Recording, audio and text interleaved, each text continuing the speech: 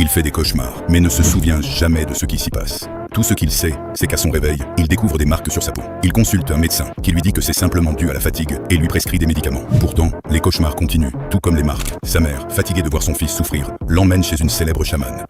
Dès leur arrivée, la chamane demande pourquoi il y a 2 personnes avec lui et lui demande s'il est récemment allé quelque part ou a vécu un événement étrange. Il raconte qu'il est allé rendre visite à une amie qui avait déménagé à Busan 2 semaines plus tôt. Il explique qu'il avait dit à sa mère qu'il partait en voyage scolaire avec des camarades de l'université.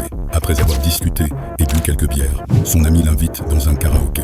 En arrivant, il demande pourquoi le karaoké est fermé. Elle lui répond que ses parents sont les propriétaires et ouvre les portes.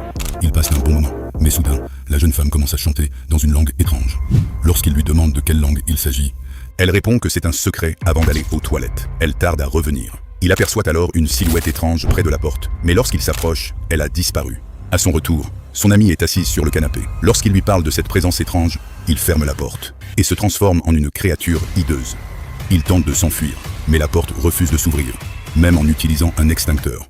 C'est alors qu'il se réveille et que son ami lui demande s'il est à ce point ivre pour s'endormir. Sans attendre une seconde de plus, il quitte les lieux. La chamane lui explique qu'un accident est survenu pendant le rituel et que l'esprit tente toujours d'achever ce qu'il avait commencé. La chanson chantée par son ami faisait probablement partie du rituel. Elle lui remet un talisman à porter jusqu'à ce qu'un exorcisme puisse être réalisé. Quelques jours plus tard, son ami l'appelle. Il lui demande comment elle va, mais elle répond qu'il ne l'a jamais appelée. Au cours de la conversation, il lui demande avec qui elle vit, puisque sa mère et son petit frère sont morts dans un incendie. À cet instant, 2 créatures apparaissent derrière lui.